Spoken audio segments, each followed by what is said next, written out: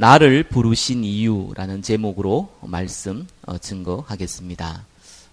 오늘 이렇게 나왔습니다. 그리스도께서 나를 보내심은 세례를 베푸는 게 아니라는 겁니다.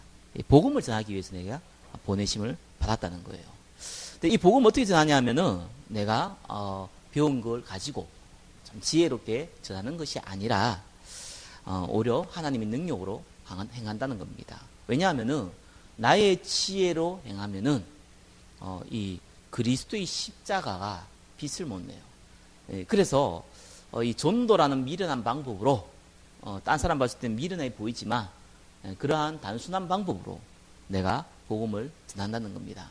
말의 지혜가 아니라 십자가의 능력을 붙잡고 전도라는 아주 세상 사람 봤을 때 미련해 보이는 그 방법을 가지고 복음을 전하는데 그리스도의 십자가 헛되지 않게 하기 위함이다라고 나와 있습니다. 근데 왜 바울이 세례라는 얘기를 했겠습니까? 지금 고린도 교회는 여러 가지 문제가 많은데 고린도 교회의 다툼 중에 하나가 뭐냐 하면은 이제 이 세례 문제예요. 무슨 말이냐 하면은 당신 어느 학교 나왔습니까? 나는 서울대 나왔는데요. 나는 저 어디 나왔는데요. 이런 걸 보통 사람들이 궁금해하기도 하지요. 왜냐하면 어느 학교 나왔냐에 따라서 이 사람의 수준이나 이런 걸 평가를 막 합니다. 근데 영적으로도요, 이런 걸 평가를 해요. 당신 누구한테 세례 받았냐는 거예요. 베드로한테 받았냐? 바울한테 받았냐? 이 아볼로한테 받았냐? 뭐 이런 걸 묻는 거예요. 웃기죠. 그러니까 이제 이 알다시피 바울은 학자입니다.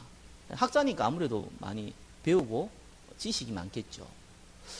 베드로는 그런 지식은 많지 않지만 예수님의 공생애를 3년 동안 동고동락을 했고 사실은 여러분 잘 알다시피 예수님의 수제자입니다.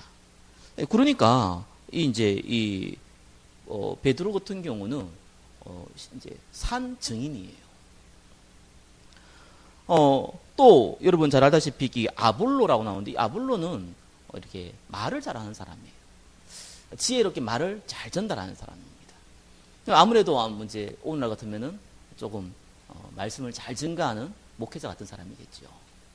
이 사람들한테 이제 있는데 난 누구한테 세례 받았기 때문에 베드로가 예수 그리스도의 이 전통적이고 최고의 제자 아니냐.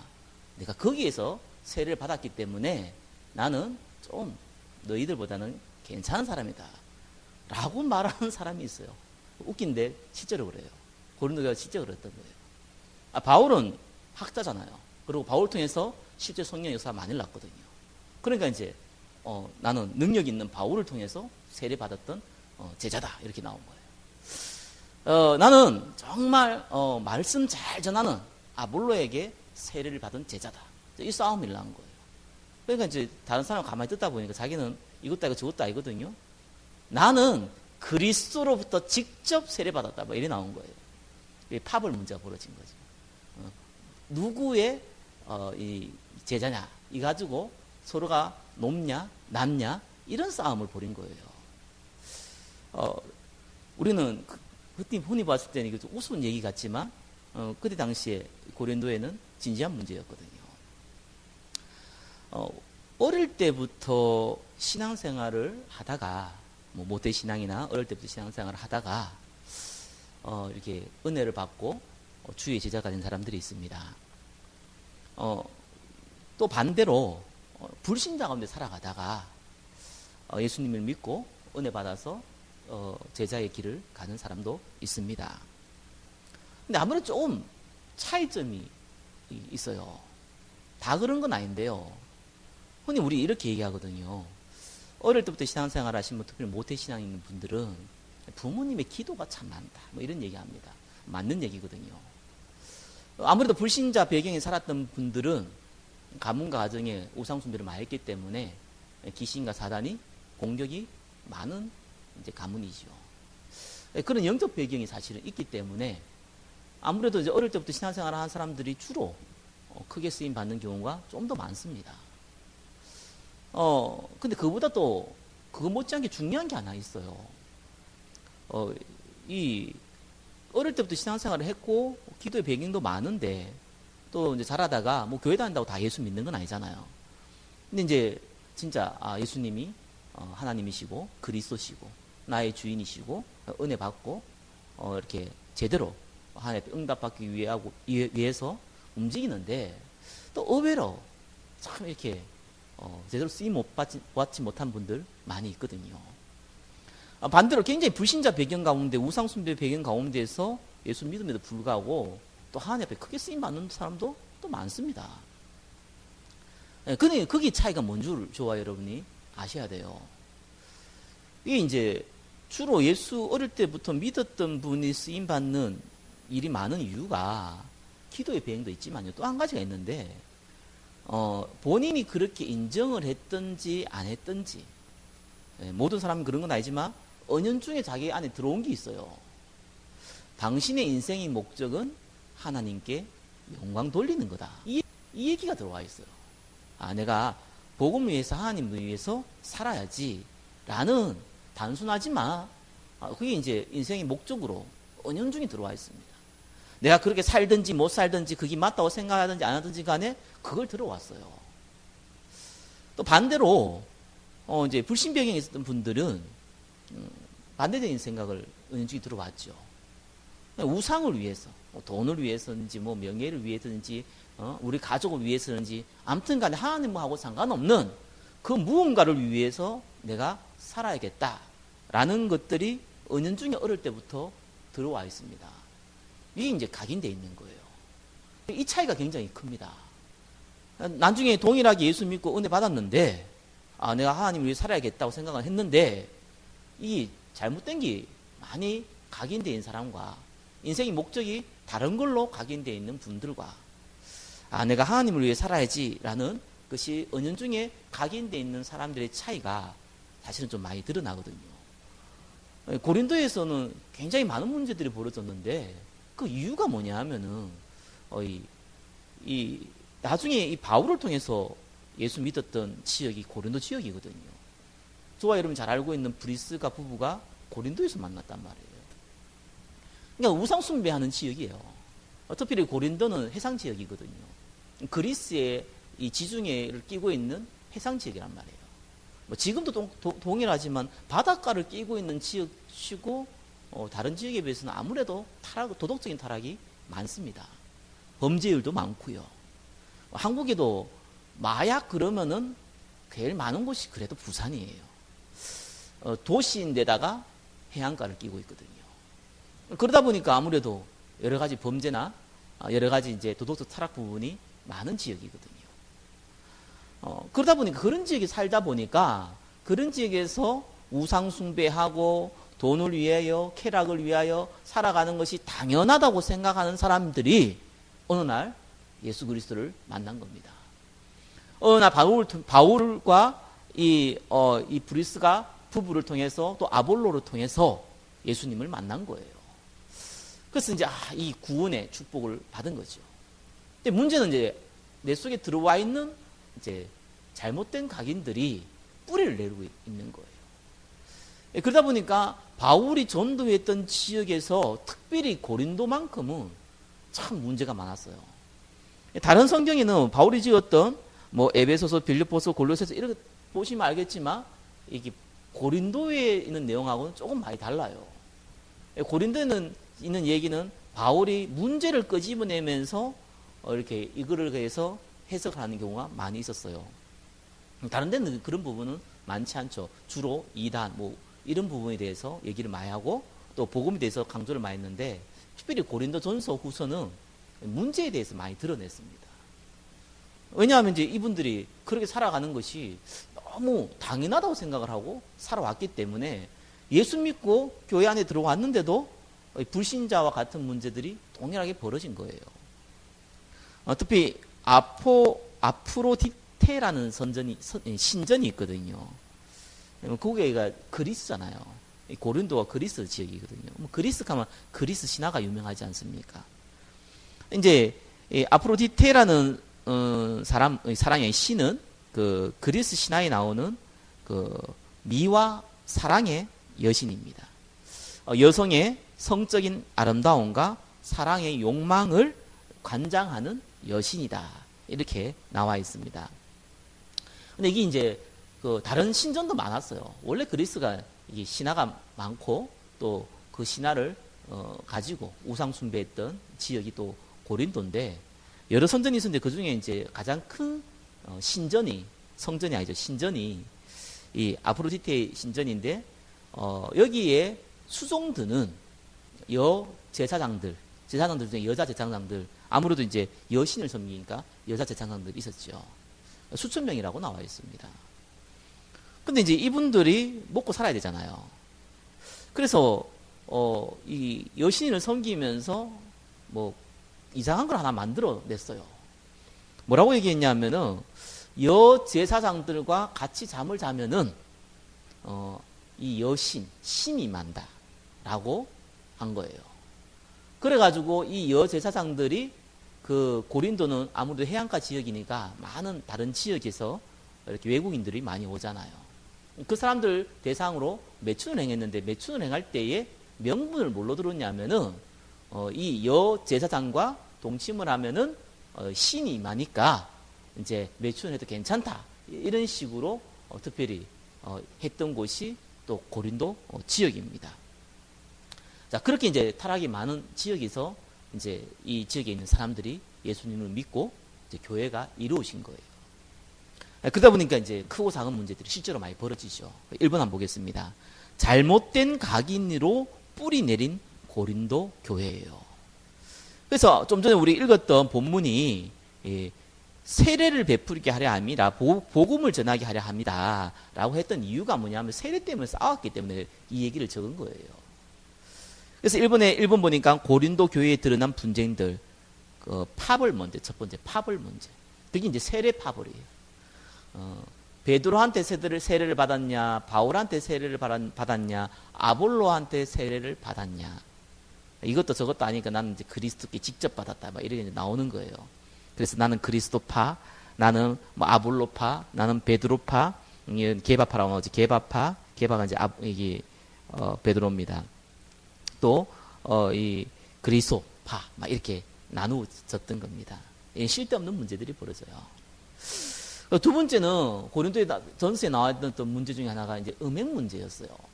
뭐 지금이나 옛날이나 이런 문제는 있는데 바울이 특별하게 강조했던 단순한 음행이 문제가 아니었어요. 이때 당시만 해도 일부 다처제의 문제예요. 일부 다처제인데 아버지가 이제 이게 그 재혼을 하든지 아니면은 다른 또 돈이 있어가지고 이렇게 두 번째 부인을 맞이하든지 간에 이 나이 차이가 많이 나는 경우가 벌어지잖아요. 뭐 오늘날도 그런 경우 많잖아요. 아버지 나이가 60인데 그 재혼한 아니면은 새로 맞아들인 아내가 20대라. 근데 아들은 30대라. 이제 이런 경우죠. 자기보다 어린데 어머니라. 그렇죠. 이제 이런데 문제는 이제 이 지역 자체가 워낙 도덕적인 타락이 있던 지역이다 보니까 말 그대로 재혼한 어머니와 또 이런 이상한 관계를 맺는 일이 실제로 벌어지는 거예요. 근데 문제는 뭐냐 하면은 이건 범죄한 건데 교회에서 여기에 대해서 무감각한 거예요. 그럴 수 있지. 그게 뭐 별 문제야? 이래 나오는 거예요. 바울이 너무 황당하고 이 교회 안에 큰 문제들이 벌어지는데 이 고린도 있는 교인들이 대다수의 교인들이 이게 무슨 문제지? 이렇게 생각하고 있는 겁니다. 심각한 거죠. 그래서 예수 믿어도요, 이게 잘못된 것들을 오랫동안 각인되어 있으니까, 내가 하나님의 영광을 위해 복음 위하여 이런 부분들이 실제로 들었지만, 이 어릴 때부터 각인되었고 보아왔고 살아왔던 문화가 이런 문화다 보니까 이런 것들이 당연시 여겨지는 상황이 되어버린 겁니다. 또 하나가 이제 소송 문제죠. 뭐 지금은 마찬가지지만 이거는 진짜 이때 당시나 지금은 똑같은 것 같아요. 교회 안에서 이런 문제 저런 문제 벌어지는데 이제 불신자를 재판관을 두고 재판이 벌어지는 거예요. 이런 이제 부끄러운 일이 벌어지죠. 뭐 오늘날 같이 인구가 많고 복잡한 시대는 아니잖아요. 그런데 이제 그때는 또 예수 믿는 사람들이 소수란 말이에요. 그래서 다 한단 말이에요. 저 사람은 저 이스라엘에서 섬기는 그 여호와 하나님의 보낸다고 했던 그 메시아가 예수라고 하는 그러한 종교를 믿는 사람들이라는 것이 소문이 나 있는 그런 교회인데, 그 사람들이 지금 불신자 앞에서 재판 서로 소송하고 고소하고 이런 일이 벌어진 거예요. 또 문제가 뭐냐면 이제 결혼, 재혼 문제예요. 어느 정도의 사람들이 착각을 하냐, 캐톨릭하고 좀 비슷한 것 같아요. 이게 결혼을 하는 거는 안 좋은 거다는 거예요. 결혼은 거룩한 건데 결혼은 안 좋은 거다. 독신으로 살아야지 제대로 하나님을 섬기는 거다. 이런 캐톨릭 사상을 갖고 있었어요. 또 반대로 내가 이제 이렇게 남편이 일찍 여했던 이제 가부들이 결혼을 하는 거는 수치스러운 거다. 이렇게 생각을 하고 있었던 시대였습니다. 근데 이제 이러다 보니까 그냥 그렇게 그러면 그래 살면 되는데 또 이게 이 음욕을 또 틈타가지고 이게 문제를 행하는 거예요. 그러니까 여기서 또 막 시끄러운 문제가 벌어지는 거예요. 그리고 이제 우상 제물 문제예요.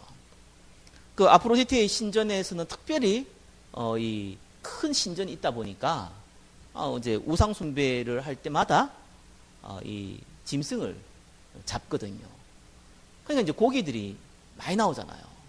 그걸 어떻게 처리하겠습니까? 이게 시장 내다 팔한 거예요. 오늘날처럼 흔히 먹을 수 있는 고기가 아니다 보니까 싸게 먹을 수 있는 좋은 기회란 말이에요. 그래서 이제 이게 우상제물이다, 이걸 먹으면 안 된다라는 사람이 있었고, 아니 하나님은 모든 음식을 깨끗게 하지 않냐, 음식에 문제가 있냐, 먹어도 된다는 사람이 있었습니다. 바울은 먹어도 된다, 그러나 이런 것 때문에 시험 드는 사람인데 왜 굳이 먹으려고 그러냐, 그거 가지고 또 싸우냐, 그 얘기를 한 겁니다. 그 다음에 이제 여성의 문화 문제입니다. 지금도 이제 이 중동 지방에는 특별히 모슬렘 사람들은 히잡을 쓰잖아요. 그죠? 그 히잡을 쓰는 이유가 조금 다르긴 하지만, 그때 당시에는 이제 이 히잡이 아니라 여성들은 항상 이렇게 나무 집에 가거나 이럴 때 머리에 수건을 둘렀었어요. 이유가 뭐냐 하면은, 수건을 둘렀으면은 이 사람은 이렇게 조숙하고 정결하고 이런 이제 상징이에요. 우리가 옷을 입어도 이렇게 단정하게 입으면 이 사람은 깔끔하고 일어나요. 그때 당시 문화는 머리에 수건을 쓰고, 수건이 아니죠, 이렇게 뭡니까, 이 두건을 두르고 있으면은 이 사람은 정결하고 단정하고 이런 의미를 갖고 있어요. 근데 이제 이때 당시에 이제 이거 벗어버리고 나무 집에 가거나 이런 공공장소에 가면은 이 사람은 조금 이렇게 막대 먹었다, 조금 사람들을 이렇게 건전하지 않다, 이런 이제 문화가 되어 있는 거예요. 오늘 같으면은 화장 진하게 하고 이렇게 여성이 미니스커트도 입고, 아니 남자가 막 이렇게 시험도 안 깎고 머리 빡빡 밀고 막 문신 막 새겨 놓고 돌아다니는 게 하고 똑같은 거예요. 그런 것이 그 이 시대적인 문화 현상이거든요. 그러니까 왜 이렇게 교회에서 여성분들이 아니 그리스도 안에서 이게 뭘 쓰고 안 쓰고가 뭐가 중요하냐라고 행한 거예요. 근데 이제 초대 교회다 보니까 아무래도 이제 처음 예수 믿는 분들이 많이 오잖아요. 이걸 보고 놀란 거예요. 시험을 딱 들어보는 거네요. 이제 우상제물 문제하고 비슷한 문제가 돼버린 거예요. 아니 어떻게 여자분들이 머리 안 두를 수 있어? 이런 이제 문화인 거예요.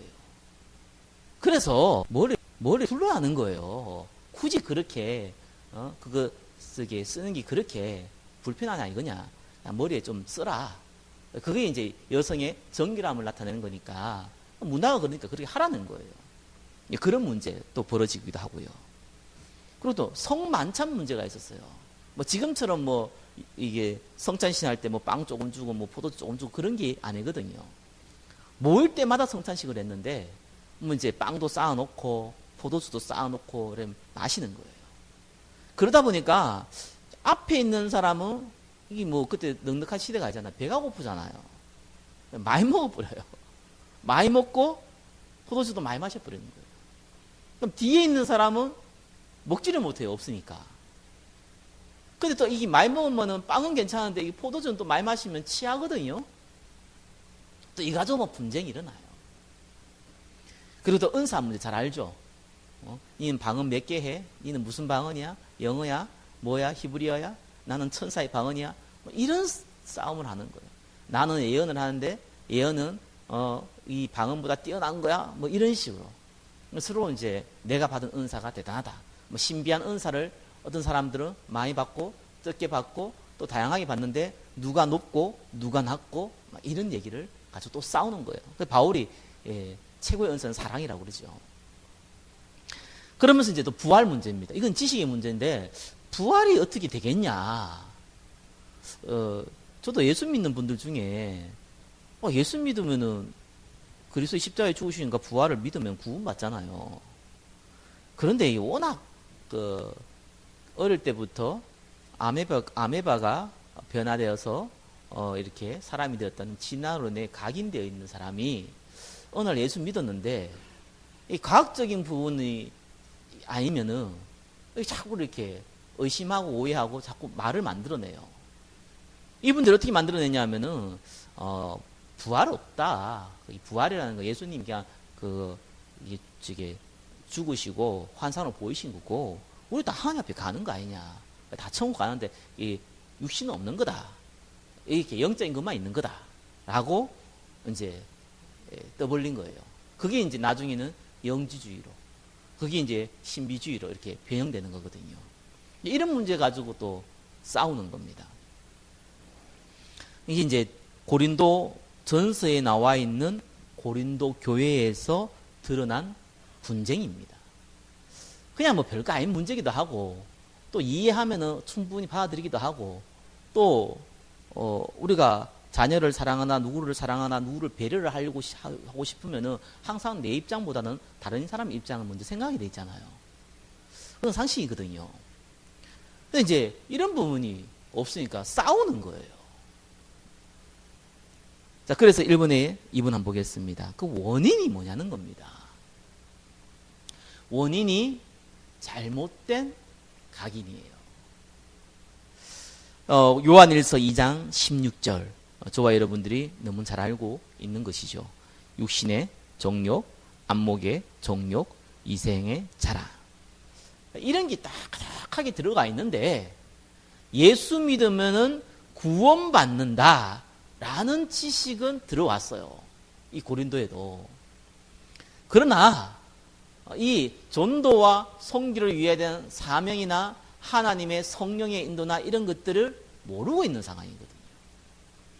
그러다 보니까 알아도 거기보다는 내 관심이 육신의 정욕, 안목의 정욕, 이생의 자랑에 잡혀 있는 상태란 말이에요.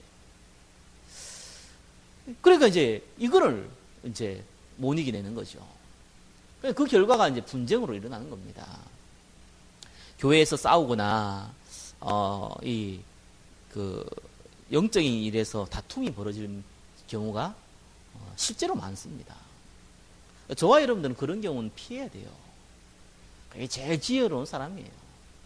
아니, 나는 안 싸우고 싶어도 상대가 싸움을 걸면은 불편할 수 있잖아요. 그 은혜가 안 될 수 있거든. 그럴 때는 피하는 게 맞아요. 근데 이제 같이 싸우면 같이 똑같은 사람이거든요. 영적 상태가 다른 데가 안심이 있으니까. 모든 사람은 자기의 유익이 되느냐 안 되느냐 따라서 움직입니다. 그게 불신자의 득실입니다.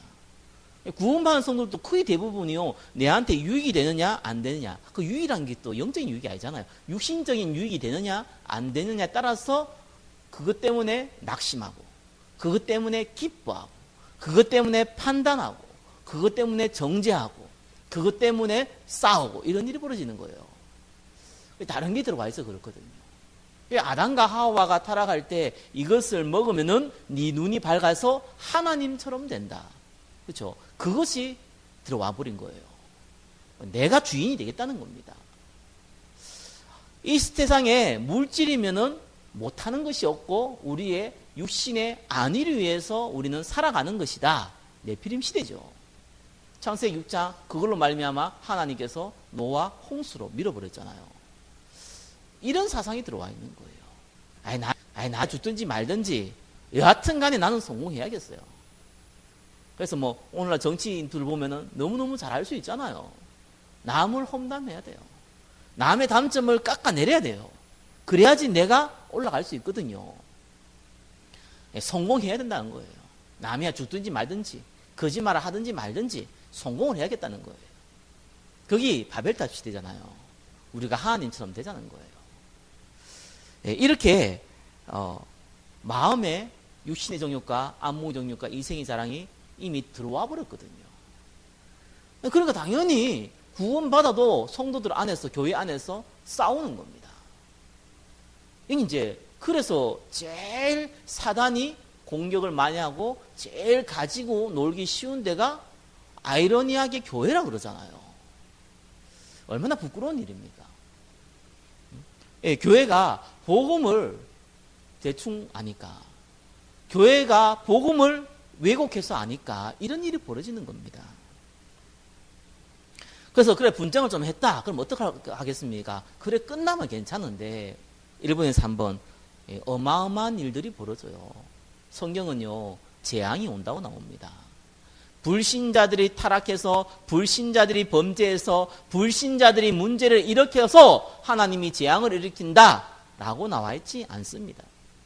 소돔과 고모라가 멸망받을 때에 분명히 아브라함에 알리지 않겠냐, 아브라함에게 알렸어요. 그런데 아브라함이 얘기하잖아요. 50명에서 쭉쭉 내려가가지고 어인 10명만 있으면은 소돔과 고모라를 멸망치 말아달라고 얘기합니다. 하나님이 그렇게 하겠다 했어요. 어인 10명이 없는 거예요. 그래서 우리 주변에 일어나는 모든 재앙은 구원받은 사람들의 성도들이 문제거든요. 성도들이 재앙을 안 꺾으니까 성도들이 무너져 버리니까 그곳에 재앙이 임하는 겁니다. 성경 우리 보고 빛이라 그랬고요. 우리 보고 소금이라 그랬어요. 소금이 되라는 것도 아니고 빛이 되라는 것도 아니에요. 우리는 빛이고 소금인데 문제는 그 역할을 안 하니까 어둠이 들어와 버리는 겁니다. 소금 역할을 안 하니까 버려져 버리는 겁니다. 그러니까 재앙이 오는데 어떤 재앙이 옵니까? 고통의 때가 일러요. 디모데후서 3장 1절에서 13절, 특별히 2절에서 5절에 보면요, 이거 불신자한테 한 얘기 아닙니다. 구원받은 성도들한테 한 얘기라니까요. 한번 보세요. 이렇게 제가 한번 읽어드릴게요. 사람들이 자기를 사랑하며, 불신자 얘기 아닙니다. 돈을 사랑하며, 불신자 얘기가 아니라니까요. 사랑하며, 교만하며, 비방하며, 부모를 거역하며, 감사하지 아니하며, 거룩하지 아니하며, 무정하며, 원통함을 풀지 아니하며, 모함하며, 절제하지 못하며, 사나우며, 선한 것을 좋아하지 아니하며, 배신하며, 조급하며, 자만하며, 쾌락을 사랑하기를 하나님 사랑하는 것보다 더하며. 이게 왜 성도냐? 5절에 이래 나왔어요. 경건의 모양은 있으나 경건의 능력을 부인하니 이 같은 자들에게서 내게 돌아서라. 경건의 모양이 있다. 이거는 교회 다니는 사람이에요. 이때 당시에 디모데에게 있을 때 성도들한테 얘기한 얘기예요. 이런 때가 일러요. 불신자의 빛과 소금이 되는 게 아니고 언제든지요 불신자들의 모습은요 그 시대의 그 나라의 정치와 경제와 국가의 문제는요 꼭 담습니다. 어디 담는 줄 알아요? 교회를 담습니다. 오늘날 정치를 보면은요 교회의 모습이에요. 똑같이 배운다는 게 영적으로 다 통한다니까요. 이런 일이 실제로 벌어지는 거예요. 그 정도면 괜찮죠. 후대의 문제가 와요. 예수님 직접 얘기했지 않습니까? 나를 위해 울지 말고 너희 자녀들을 위해 울으라 그랬어요. 후대한테 어마어마한 재앙이 와요. 제가 재앙에 대해서 얘기하잖아요. 어마어마한 재앙이 어떻게 옵니까? 교회 다니는 사람은요, 제가 볼 때는 교회 안 다니는 사람보다요, 유신적으로 성공을 못한다 하더라도 크게 그래도 불신자보다는 평균적으로 괜찮게 삽니다. 이게 안 보이게 들어와 있는 규모들이 들어와 있기 때문에 그래 살아가게 되어 있습니다. 성공한 사람도 크게 성공을 못한다 하더라도 평균적으로 교회 다니는 사람들이 더 많이 성공합니다. 근데 그런 망하는 게 아니라니까요. 후대가 어떤 일이 벌어집니까? 교회를 떠나요. 그럼 그 다음 세대는 어떻게 됩니까? 불신자가 나오는 거예요. 그걸 보고 재앙이라고 그러는 겁니다. 어마어마한 일들이 벌어져요. 그래서 믿음의 명문 가정이 아니라 믿음의 가정이 멸망의 가정으로 불신자의 가정, 재앙의 가정이 되는 겁니다. 예, 이런 일이 실제로 벌어지는 겁니다. 그리고 전쟁과 기근과 지진이 일어난다고 나와 있습니다. 이 잘못된 것으로 우리가 각인되어 있으면 그걸 빨리 바꿔야 되거든요. 그 바꾸는 방법이 이번에 뭡니까? 올바른 복음으로 뿌리 내리는 비밀입니다. 그게 뭐 굉장히 지혜롭고 굉장히 뭔가를 해야 되고 이렇지 않습니다. 오늘 읽었던 본문이에요. 그리스도의 십자가입니다. 그죠? 전도에 미련한 거예요. 그것이 복음으로 뿌리 내리는 비밀입니다. 우리가 이것이 좋으냐 저것이 좋으냐 뭐 이런 거 따지기 전에 정말 사람은 좋은 걸 한번 봐버리면요, 그거 가지고 비교를 하잖아요. 물건도 아주 좋은 걸 봐버릴 뿐만은, 명품을 봐버릴 뿐만은 이거와 다른 거는 안 좋다고 느껴지거든요. 그래서 우리가 복음에 뿌리를 내는 방법은요, 복음의 능력을 내 안에 담는 방법밖에 없어요. 그러면 나머지가 문제가 안 돼요. 내가 돈을 안 사랑해야지, 돈을 안 사랑해야지. 그런다고 돈을 안 사랑하겠습니까? 그건 말이 안 되는 거잖아요. 돈을 안 사랑하면 돈보다 더 좋은 걸 내가 만나면 돼요. 그렇죠? 간단한 거예요. 아니 내가 뭐 우상숭배 안 해야지, 우상숭배 안 해야지. 그런다고 우상숭배 안 합니까? 눈에 보이는 우상숭배는 안 할 수 있어서 눈에 안 보이는 우상숭배를 하잖아요. 그러면은 하나님을 섬기는 것이 정말 기쁘라는 걸 알면은 우상숭배를 안 하게 돼 있어요. 당연한 거예요. 아이, 헌금을 내가 좀 해야지 말아야지. 이거는 돈에 잡힌 사람의 얘기입니다. 아, 정말 내가 쓸데없는데 먹고 자고 이런 데는 내가 마음껏 쓰는데 내가 하나님 위해서 쓰는 경제가 없고 이것 때문에 우리 후대가 죽고 이 때문에 나라가 엉망이 되는구나. 야, 이 헌금이라는 것이 정말 교회를 살리고 시대를 살리는 중요한 예물이 되는구나 라는 거를 체험을 하면은, 그러면은 그게 별로 문제가 안 돼요. 하나님께서 먼저 그 나라와 그 의를 구하면 나머지 더 하신다. 나머지 더한 걸 체험하면은 계산 별로 안 합니다. 이렇게 하면 좀 손에 덜 보고 이렇게 하면 손에 많이 보고 이런 계산 별로 안 해요. 왜요? 하나님 채워주시니까요. 그래서 올바른 복음으로 뿌리 내리는 비밀이에요. 그게 하나님의 능력을 체험하는 거거든요. 첫 번째가 뭡니까? 예수 그리스도. 예수님이 그리스도가 되신다는 그 말은 모든 문제를 끝냈다는 얘기거든요. 다르게 얘기하면은 문제가 벌어졌다는 것은 하나님의 능력을 체험할 기회. 문제가 벌어졌다는 것은 나를 갱신할 수 있는 기회. 문제가 벌어졌다는 것은 하나님의 뜻이 성취되는 계획 가운데 내가 서 있다는 겁니다. 불신자면 재앙이고 운명이지만 구원받은 하나님 사람 반드시 하나님의 뜻을 이루는 그 길에 서게 되거든요.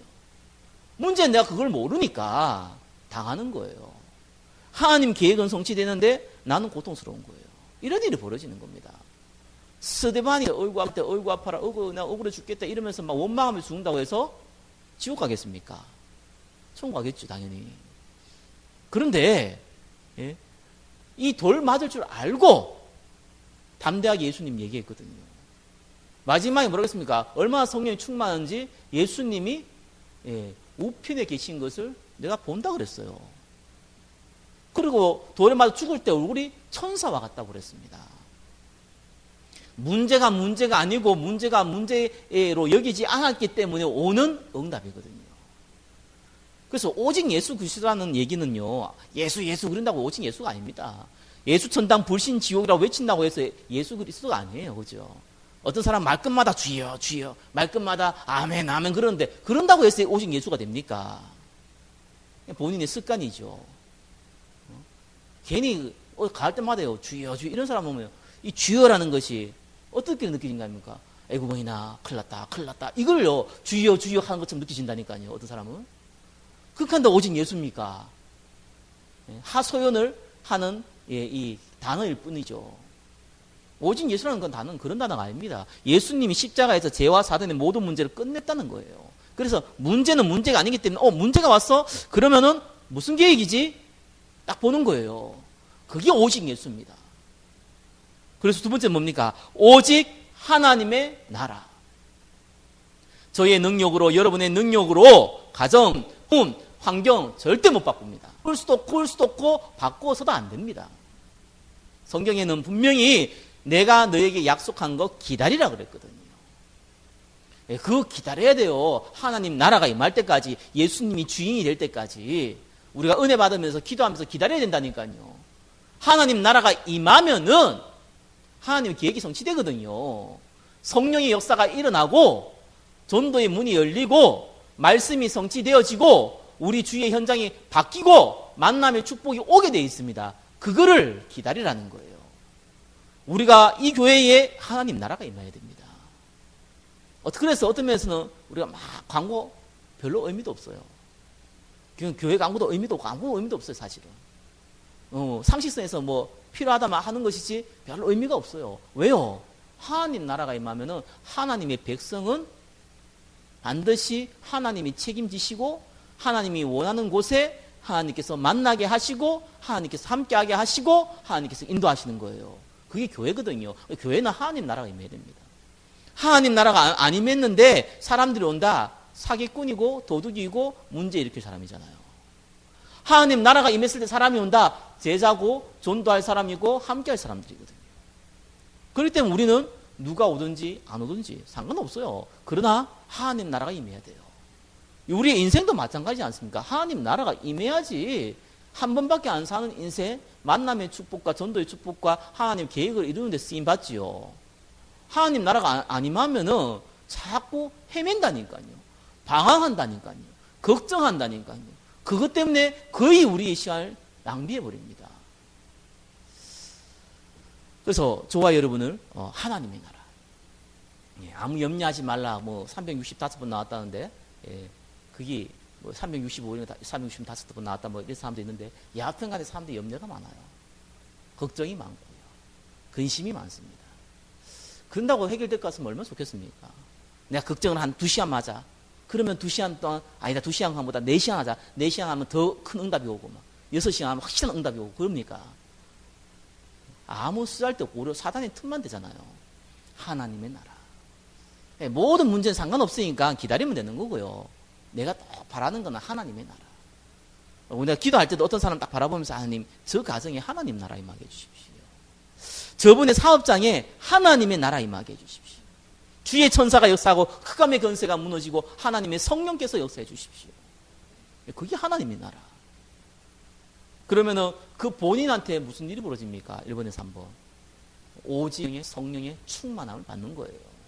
성령 충만이라는 게 무슨 우리가 몸이 떨리고 발이 떨리고 손이 떨리는 겁니까? 아니잖아요. 예수 그리스도 한 분만으로 내가 집중할 수 있는 은혜. 예수 한 분만으로 내가 감사할 수밖에 없는 은혜. 오직 그리스도만 바라볼 수 있는 은혜. 이 성령 충만이거든요. 반드시 성령에는 뭐라고 합니까? 증인이 되리라. 나를 통해서 구원받은 사람을 만나게 하십니다. 나를 통해서 제자들을 만나게 하십니다. 나를 통해서 하나님의 이 성취되어질 만남을 주님 축복하십니다. 그래서 저와 여러분이 뿌리내는 비밀은요, 단순해야 돼요. 고린도 교인들의 문제는 이 문제에 대한 답을 몰라서 생기는 문제가 아닙니다. 답은 조금 몰라도 돼요. 아니, 내가 저 인간 보면 저기 네가 잘났냐 내가 잘났냐 막 싸우고 다투고 하는 거는 내가 이게 원래 이렇게 성격이 좀 더러워서 그렇구나. 내가 원래 뜻을 내가 잘 몰라서 그랬구나. 이렇게 이해한다고 해서 분쟁이 아니라는 게 아니잖아요. 분쟁은 육신의 정욕 때문에 나는 거거든요. 내한테 이익이 되느냐 안 되냐, 그렇죠? 내한테 도움이 되느냐 안 되느냐 따라 때문에 싸움이 일어나는 것이지 지식이 없어서 일어나는 게 아닙니다. 그런데 더 좋은 것을 맛보면은 이 고린도 교회가 일어나는 이 문제가 안 돼요. 고린도 교회에서 발생하는 이런 우상 문제, 음란의 문제, 은사 문제 이런 게 문제가 안 된다니까요. 왜요? 바울이 얘기했듯이 배설물이잖아요. 배설물로 여겨지기 때문에 문제가 안 됩니다. 그러니까 오직 예수가 되는 거예요. 오직 하나님의 나라, 오직 성령. 우리가 그 은혜를 가지고 또한 주의를 준비하고 인도받기를 예수 그리스도의 이름으로 축원합니다. 기도하겠습니다. 나를 부르신 이유, 그리스도의 십자가가 헛되지 않고 복음을 말하게 하심을 말씀을 통해 확인하였습니다. 성령의 인도받게 하시고 분쟁과 같은 서로의 문제에 우리가 잡히지 않도록 축복해 주시고 오직 예수 그리스도, 오직 하나님의 나라, 오직 성령과 증인으로 쓰임받을 수 있도록 축복하여 주옵소서. 살아계신 예수 그리스도 이름으로 기도드립니다. 아멘.